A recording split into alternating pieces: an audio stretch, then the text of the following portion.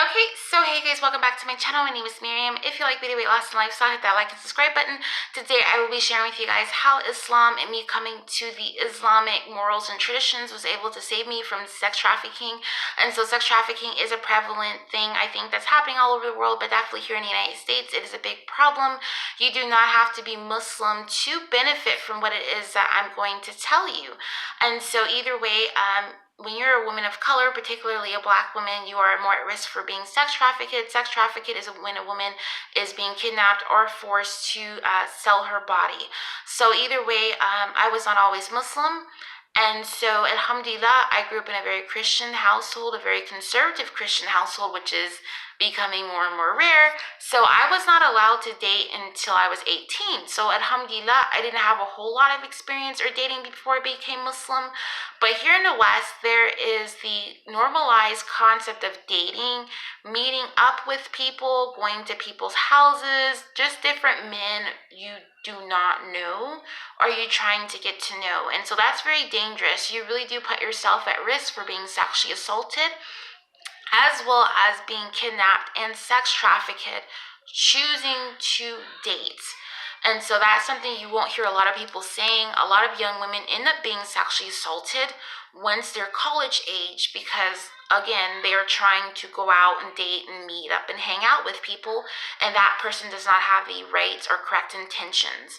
And so obviously in Islam, we do believe in marriage. We believe in a man getting to know a woman, but only through the presence and approval of her family. And so there is no such thing as a woman going off by herself with a man, because that is just simply not safe. But either way, I started going out when I was 18, 19 to the grocery store, to the shopping center, and that's when I started having men follow me around. At first, I was kind of like, I thought it was in my head, but then it kept happening every single time I would go shopping.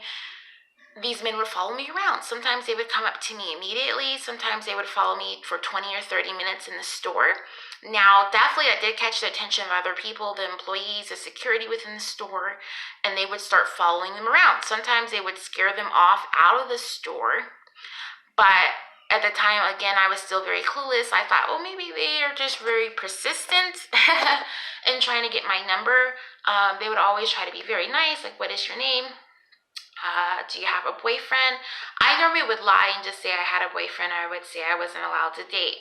Now, I've always I don't think so much anymore, but when I was younger, I did look younger.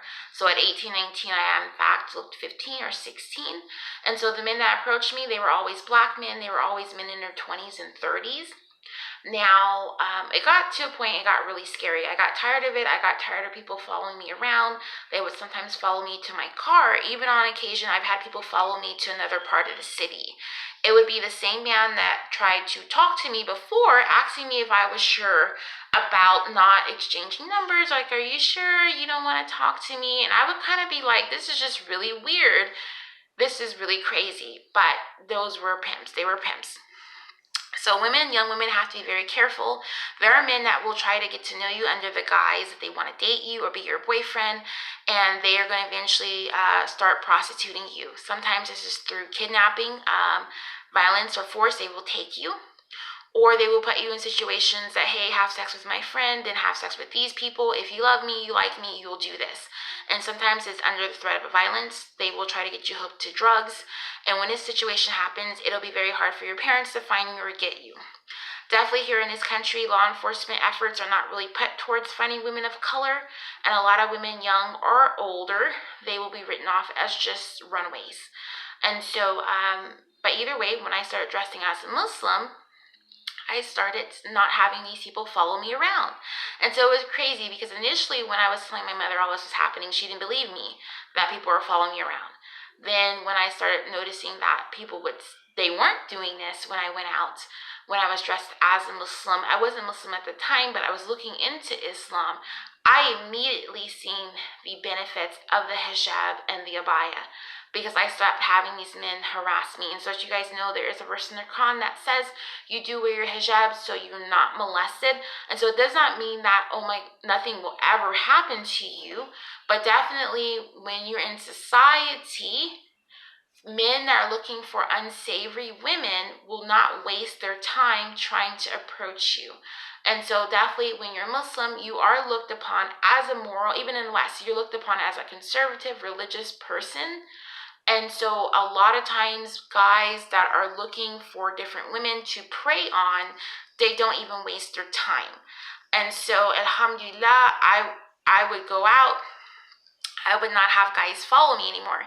When I would not wear my hijab, and like I said, I was not Muslim at the time, just experimenting, then that's when I would start having people follow me.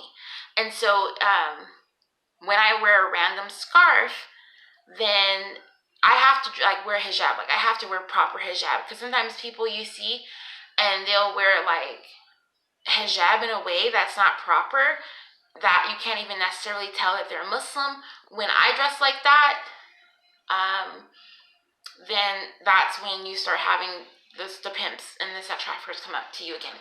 Because sometimes my mom, especially when she was like really not feeling Islam and you don't want to look like a Muslim, there's no way in the world I would go out like that. But either way, I just thank God so much, because like I said, I was young, I was not experienced. There is no telling what would have happened to me. And of course, you know, with learning about Islam and learning about modesty, I also too learned about the principles and the values of, you know, making sure you're not alone with the guy, making sure you're not meeting up with the guy. If a guy is sincerely interested in getting to know you for marriage, he will ask to get for your parents' information. I don't care if it's Muslim or non-Muslim, because there's some Muslims, guys out here that will even say, oh, I want to get to know you without your parents knowing about it. That is someone that does not plan on trying to be your husband. They're trying to play you. They're not trying to get to know you. They're not having the best interest for you, because everyone wants all the women safe in the community. And they want everything to be an open book. If I'm getting to know you, I want your parents to know, and I want your parents to be present. And so that's really important within a society. That's definitely important within the religious community, because it's not even just about, and this is what you have to think about too, having young men. No one can later on even lie and, well, first off say, okay, there's sexual immorality going on here. But no one can even lie and say a sexual assault take place.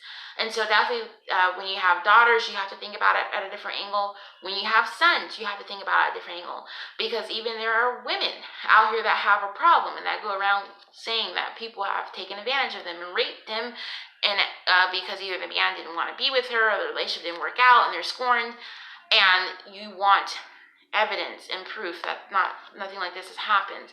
And so even with our young men, it's not a ticket. Sometimes people think, oh, I have a son, he can do what he wants, I don't have to worry about him being raped. No, you don't have to worry about him being raped, but you do have to worry about him being falsely accused of doing something he has not done. And that is a reality here in this country. And even though there's not evidence, or people will try to retract such a claim, by that point, then it has affected and impacted that person's life, especially if they've been able to become successful in society and have earned different stuff. There are plenty of young men that have lost everything, their college, their degrees, their scholarships, because there's a girl that was maybe jealous or upset. You know, the guy was not interested in her and then lied. And so, but either way, I hope this will benefit you guys. Now, I did have someone comment originally on the original video that said, well, yeah, that Islam might have saved you from being sex trafficked or put at risk for this or that, but what about the child marriage? And so the thing is, within Islam, there's a combination of things. First of all, in the ancient world, there was no such thing as child marriage. Oh, we'll say it like this.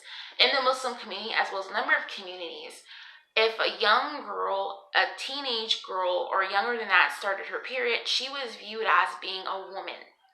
That was not looked at as child marriage, not in the European, even European Christian society. Now, other cultures, especially those that are in, for whatever reason, very hot climates, the women matured very fast. And so in, let's say, African and Middle Eastern culture, you have women that will normally get their periods around 9, 10, or 11. In European culture, the girls might have been getting their periods around 11, 12, or 13. Regardless, most women started getting married at that age. And so it was for a combination of things. One, it helped to offset the financial burden on the family. but two, because of the life expectancy was low, and so because of warfare and disease, and because of all the death that occurred during childbirth for teenagers as well as women, a lot of communities, you might see the average life expectancy might have been 25, or the average life expectancy might have been 30. So this, you cannot think of it in terms as you think of now, right? And a lot of people didn't even survive childhood, and so all that brings down the average life expectancy. So if somebody was 10 and they got married because they started their period, they did because realistically at 25 that they were going to be dead.